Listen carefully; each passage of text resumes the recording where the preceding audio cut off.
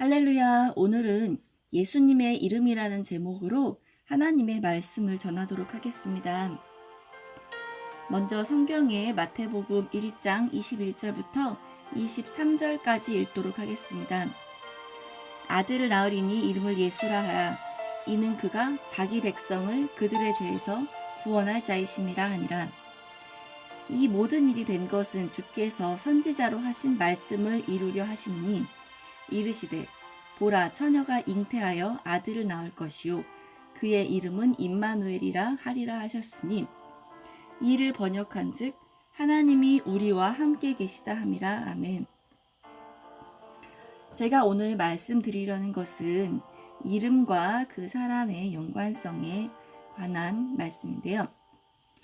우리와 우리 주변인들의 이름이 요즘은 꼭 그 사람의 인격과 성격을 나타낸다고 할 순 없지만 성경의 인물들은 이름과 그 삶이 매우 연관이 많이 되어 있는 것을 보게 됩니다.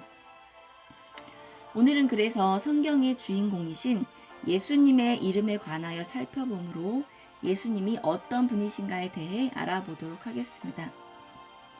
우리는 흔히 예수님을 주여 혹은 주님이라고 부르기도 하고 구세주 혹은 메시아라고 부르기도 합니다.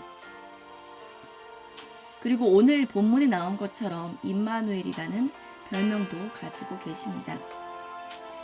또 누가복음에서는 지극히 높으신 하나님의 아들이라 일컬음 받으실 것이요 라고 나옵니다. 오늘은 그래서 예수님의 이름을 첫째로 예수님, 둘째로 임마누엘, 셋째로 그리스도에 관해서 그 의미를 말씀드리겠습니다. 그럼 먼저 첫 번째로 예수님이라는 이름에 관해 살펴보겠습니다. 예수님은 우리에게는 매우 특별하게 들리지만 사실 이스라엘 사람들에게는 흔한 이름 중 하나였습니다. 그리고 지금도 이스라엘 지역에 가면 예수라는 이름이 있습니다. 그 이유는 바로 여호수아라는 인물 때문인데요. 애굽에서 종살이하던 이스라엘 사람들을 모세가 이끌어 출애굽시켰고 그들의 종착지인 가나안 땅에 들어갈 때는 율법을 상징하는 모세가 그들을 데리고 간 것이 아니라 여호수아라는 지도자가 그들을 가나안으로 이끌고 그 땅을 정복하게 됩니다.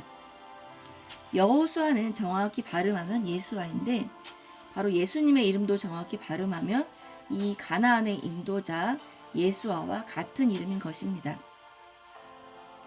즉 이 여호수아의 역할과 예수님의 역할이 연결이 지어지는 것이죠. 여호수아가 출애굽 후 광야 생활을 마친 이스라엘 백성들을 천국으로 상징되는 가나안 땅으로 이끌었듯이 예수님도 죄악에서 출애굽한 하나님 나라의 백성들이 이 땅에서 광야 생활을 마친 후 천국으로 갈 수 있도록 이끌어 가시는 대장이 되시는 분이란 것입니다. 즉 여호수아처럼 죄악된 세상의 지배를 탈출한 하나님 나라 백성의 구원자 되시고 인도자 되시는 분이란 것이죠. 그래서 오늘 본문 21절에서도 이름을 예수라 하라. 이는 그가 자기 백성을 그들의 죄에서 구원할 자이심이라 하니라 하고 말씀하고 있습니다. 즉 예수님은 인류의 대표로서 예수님의 죄사함의 능력과 구원의 능력을 믿는 모든 사람들을 천국으로 인도하시는 분이시라는 것입니다. 그렇다면 여기서 죄에서 구원해 주신다는 것은 구체적으로 어떤 의미일까요? 그 의미를 잘 나타내주고 있는 히브리서 2장 14절부터 18절을 살펴보도록 하겠습니다. 자녀들은 혈과 육에 속하였음에 그도 또한 같은 모양으로 혈과 육을 함께 지니심은 죽음을 통하여 죽음의 세력을 잡은 자 곧 마귀를 멸하시며 또 죽기를 무서워함으로 한평생 매어 종노릇하는 모든 자들을 놓아주려 하심이니 이는 확실히 천사들을 붙들어 주려 하심이 아니요 오직 아브라함의 자손을 붙들어 주려 하심이라. 그러므로 그가 범사의 형제들과 같이 되심이 마땅하도다. 이는 하나님의 일에 자비하고 신실한 대제사장이 되어 백성의 죄를 속량하려 하심이라. 그가 시험을 받아 고난을 당하셨은즉 시험 받는 자들을 능히 도우실 수 있느니라. 아멘. 즉 죄에서 구원해 주신다는 것은 우리가 매여 있던 마귀의 권세를 멸하셔서 우리를 놓아 주신다는 것입니다. 즉 구원받은 자는 죄와 죽음의 마귀의 권세에서 풀려난 자입니다. 예수님은 죽음을 통하여서 죽음의 세력을 멸하신 것이고 우리는 종노릇한 데서 노임을 받게 된 거죠. 그럼 이어서 이 히브리서 본문에 나온 것처럼 시험받는 자들을 능히 도우신다는 것은 어떤 의미일까요? 그것은 오늘 두 번째로 살펴볼 임마누엘이란 이름을 통하여 알게 됩니다. 본문 23절 보라 처녀가 잉태하여 아들을 낳을 것이요 그의 이름은 임마누엘이라 하리라 하셨으니 이는 번역한즉 하나님이 우리와 함께 계시다 함이라 라는 말씀을 통해 예수님의 별명인 임마누엘이 나오는데요. 임마누엘은 히브리어입니다. 임은 함께하다, 즉 함께 행동한다, 도울 때 함께한다는 의미이고 엘은 하나님, 권능자, 능한 분, 강한 영웅, 힘, 능력 등의 뜻을 포함하고 있습니다. 즉 전능하신 하나님께서 나와 함께 하시고 나를 도우시고 나와 함께 행동하신다는 의미인 것입니다. 하나님께서 우리와 함께 하신다는 것은 단지 하나님께서 우리의 옆에서 가만히 계시는 것이 아니라 하나님께서 인간의 한계를 넘어 도우시고 또 우리를 다스려서 우리로 하나님의 뜻과 능력을 행할 수 있게 함께 행하신다는 의미입니다. 그리고 그렇게 하나님께서 우리와 함께 하셔서 통치하시도록 구하고 기도하는 사람에게는 하나님께서 그분의 통치를 이루실 것입니다. 그리고 그들을 통해서 세상에 하나님 나라를 이루실 것입니다. 만약에 세상에서 가장 능력 있는 사람이 나와 함께하고 있다면 우리는 어떤 기분일까요? 또 우리의 삶은 어떻게 변화가 될까요?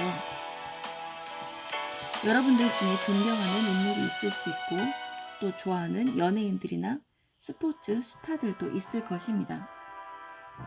저도 바쁘게 살면서 연예인이나 축구선수에게 그다지 큰 관심은 없었는데요. 아들 때문에 축구선수들을 직접 보게 되었습니다. 그리고 당시 정말로 감격스러웠던 기억이 납니다.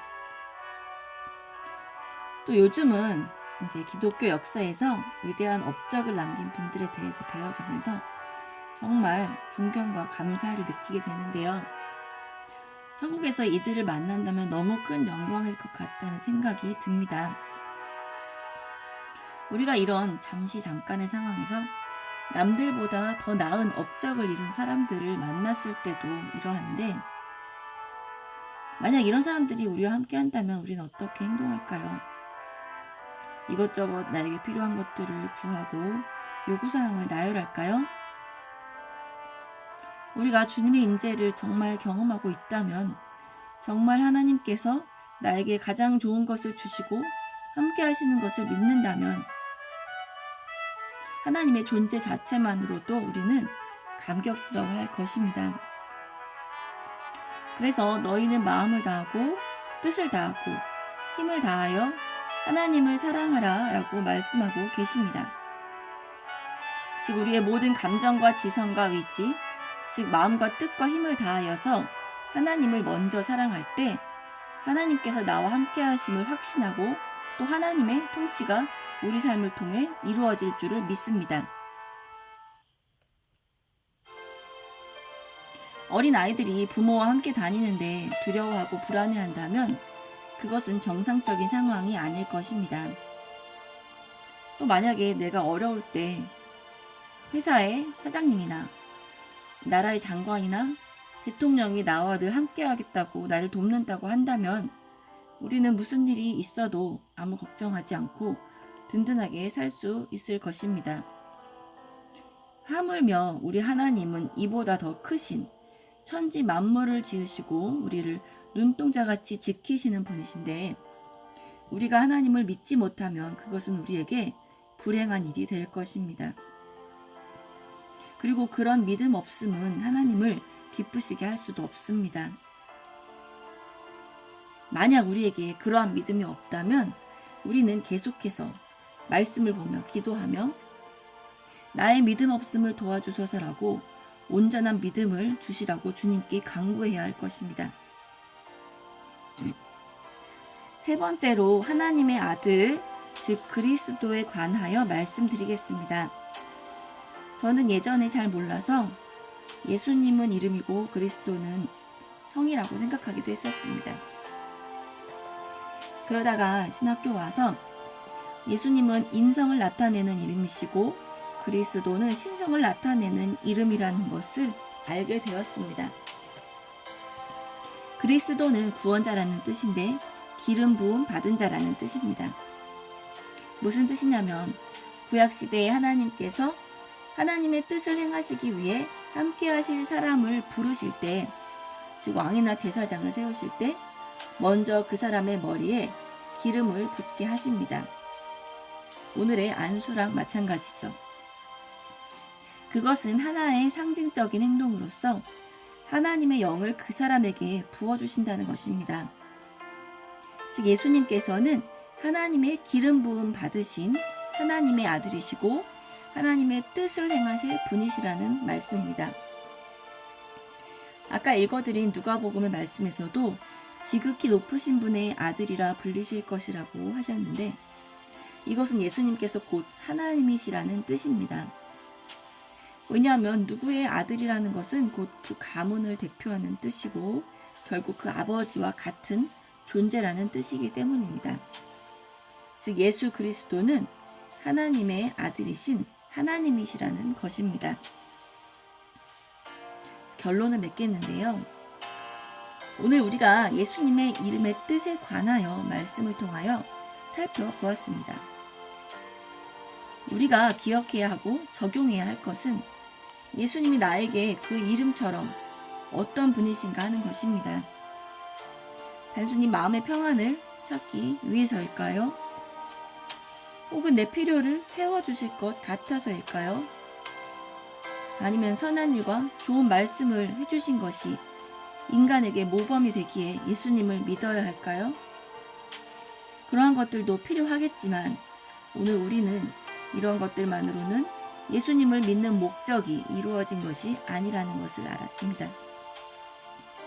예수님은 먼저 죄와 사망의 노예로 사는 우리를 구원해 주신 분이십니다. 죄에서 구원하신다는 것은 우리의 죄를 들추시고 우리가 죄책감을 가지고 살게 하시겠다는 것이 아닙니다. 그리고 죄책감과 정죄를 주는 일들은 오히려 마귀의 일인 것을 깨달아야 합니다. 우리가 죄의 짐에 짓눌릴 때, 연약함과 죄악으로 인해 아무 소망이 없다고 느껴질 때, 죄를 이길 능력이 없으니 적당히 신앙생활하고 적당히 죄와도 타협하고 살 수밖에 없다고 마귀가 우리를 유혹할 때, 우리는 우리와 함께 하시겠다고 하시는 주님의 도우심을 구해야 할 것입니다. 임마누엘이 하나님이시죠. 그렇지 않는다면 죄의 결과인 죽음의 두려움으로 인해 세상을 두려워하며 또 나 자신을 보호하기 위해서 헛된 욕심에 이끌려 살게 됩니다. 그러나 예수님의 이름과 능력을 믿을 때 우리는 예수님의 이름으로 죄를 이길 권세와 능력을 얻게 됩니다. 또한 죄와 피 흘리기까지 싸울 수 있는 이유를 예수님의 죽으심을 통해 깨닫게 됩니다. 하나님께서 말씀하시는 죄는 자기 중심성, 곧 자기 우상화로 인한 하나님과 다른 사람들과 피조물들과의 관계의 파괴입니다. 그리고 이것은 오직 십자가의 사랑으로 인한 예수 그리스도와의 만남과 그분의 한없는 용서만이 해결해 줄 수 있습니다. 원수를 사랑하라는 것은 나의 감정을 따라가는 서로 동등한 입장에서의 필레오의 사랑이 아니라 내가 더 높은 위치에서 하나님으로부터 경험한 사랑을 가지고 그것을 모르는 낮은 자를 불쌍히 여기는 이성적인 아가페의 사랑입니다.